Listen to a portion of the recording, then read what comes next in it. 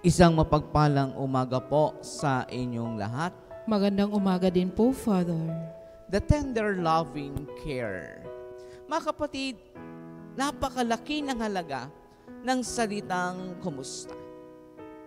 Kaya nga ako kuminsan, maraming nagtatanong sa akin, Father, natutuwa po ako sa inyo. Kasi tuwing nakikita ko kayo, ang lagi niyo pong nasasambit sa akin ay, kumusta ka na? Kumusta ka na? Kumusta ka na? Para bang ang dating sa kanila, sa dami na nilang pinagdaraanan sa kanilang buhay, yung tapikin mo sila, nararamdaman nila, sila ay may kaagapay pa. Paano nga ba tayo naglalaan ng oras? Nagkakaroon pa kaya tayo ng pagdalaw sa mga mahal natin sa buhay? Lalo tigil sa mga kapatid natin may sakit. Sa dami-dami mong gagawin, ang atupagin mo ay yung walang kakwenta-kwentang bagay. Pumunta ka sa kaibigan mo, pumunta ka sa kapitbahay mo na nakahandusay na sa higaan. Yung presensya mo lamang, nagpapagaling sa kanila yon. Yung hipuin mo lamang sila, nagpapagaling na sa kanila yon.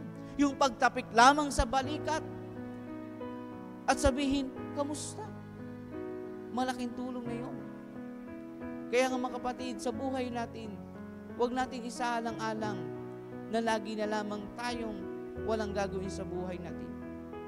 Maraming gagawin. Marami tayong dapat gawin. Huwag lang natin aksayihin ang panahon at oras. Tularan natin si Jesus.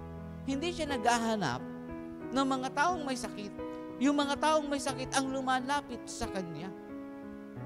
Kaya nga, my dear friends, sa buhay natin bilang Kristiyano, gaano nga ba tayo nagkakaroon ng malasakit? Hindi lang malasakit sa Diyos, kundi malasakit din sa ating kapwa. Kailan nga ba tayo nagtapik ng balikat ng ating kapatid? Kailan nga ba tayo dumalaw sa kanila? Kaya nga sabi ni Jesus, hindi pa huli ang lahat. May oras at panahon pa.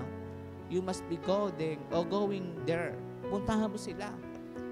Wala ka man dalang pagkain, anumang material na bagay, ang sapat na ang presensya mo na makita anong kalagayan meron sila. Si Jesus, walang dala ni anuman, pero ang inaasahan nila ay ang presensya ni Jesus at marinig kay Jesus ang salitang, magaling ka na. Humayo ka na at muling magsimula sa landas ng iyong buhay. Amen.